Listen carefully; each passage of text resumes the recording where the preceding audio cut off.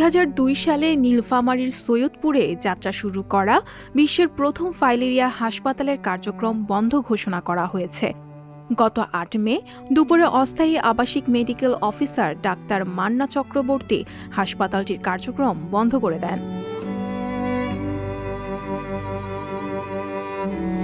খোঁজ নিয়ে জানা গেছে, গোদরোগের চিকিৎসায় বিশেষায়িত হাসপাতালটির কর্মকর্তা-কর্মচারীদের 9 মাস ধরে বেতন ভাতা বন্ধ।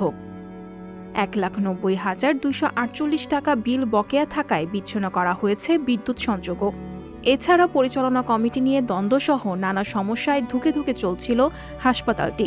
এ বিষয়ে কর্তৃপক্ষ বলছে, সকল সমস্যা সমাধান করে দ্রুত হাসপাতাল চালুর চেষ্টা চলছে। আগামী 1 সপ্তাহের মধ্যে হাসপাতালটি চালু করে রোগীদের চিকিৎসা সেবা প্রদান করা হবে।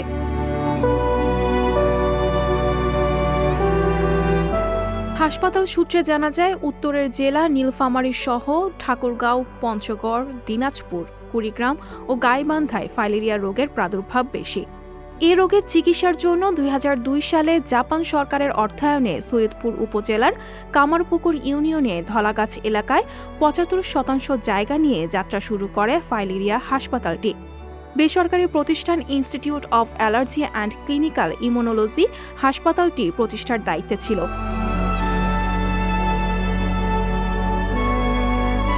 হাসপাতালের প্রতিষ্ঠাতা চেয়ারম্যান ও প্রকল্প পরিচালক ডাক্তার মোয়াজ্জেম হোসেন স্থানীয়ভাবে 18 জন দেশি বিদেশি চিকিৎসক এবং জাপান, কানাডা ও বাংলাদেশ সরকারের আর্থিক সহায়তায় 2টি বহুতল ভবন নিয়ে হাসপাতালের কার্যক্রম শুরু হয়। জাপান ও অন্যান্য দেশ থেকেও গবেষণা কর্মীরা আসেন এখানে।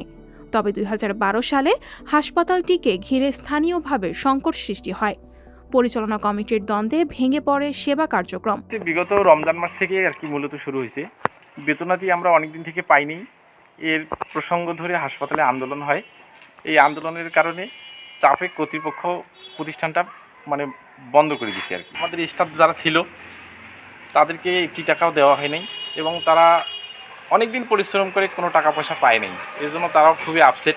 আমাদের দাবি হচ্ছে, আমরা যতদিন কাজকর্ম করছি আমাদের যদি টাকা পয়সা পেইড করে দেয়, আমরা হাসপাতাল থেকে চলে যাবো। এই হাসপাতালে চাকরি করার ইচ্ছা নাই। 9 মাস থেকে আমরা স্যালারি পাই না। ইভেন আমাদের এখানে যখন ঢোকানো হয়েছিল তখন পরিচালক মহোদয় আমাদের থেকে জামানত বাবদ জামানত কল্যাণ বাবদ অনেকের কাছে দেখা যাচ্ছে 50,000 নিচ্ছে, অনেকের কাছে 3 লাখ টাকা পর্যন্ত নিচ্ছে। তো উনি যখন আমাদের এখানে নিয়োগ দেয়, উনি আমাদের বলছিল যে জাতীয়করণ হবে, এই প্রলোভন দেখে আমাদেরকে এখানে নিয়োগ দেওয়া হয়। পরবর্তীতে আমরা ঢোকার পর দেখতে পাই যে এই ধরনের কোনো কিছুই না।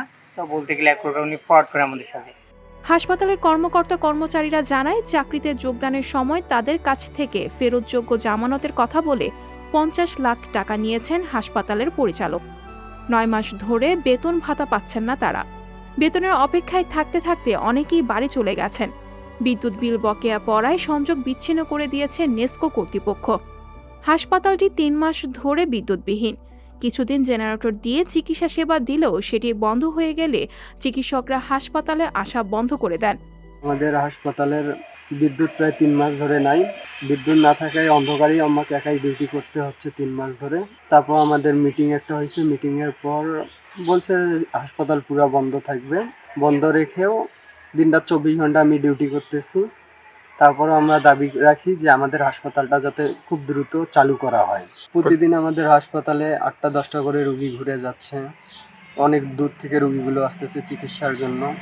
নেসকো সৈয়দপুর বিদ্যুৎ বিতরণ ও বিক্রয় কেন্দ্র সূত্র জানায়, 1,90,248 টাকা বিল বকেয়া থাকায় গত ফেব্রুয়ারি মাসে হাসপাতালটির বিদ্যুৎ সংযোগ বিচ্ছিন্ন করে নেসকো।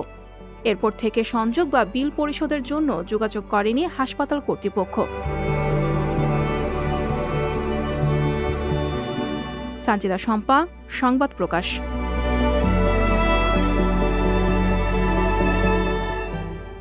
সংবাদ, ফিচার ও অনুষ্ঠানের জন্য ভিজিট করুন সংবাদ প্রকাশের ওয়েবসাইট এবং যুক্ত থাকুন ফেসবুক পেজ ও ইউটিউব চ্যানেলের সঙ্গে।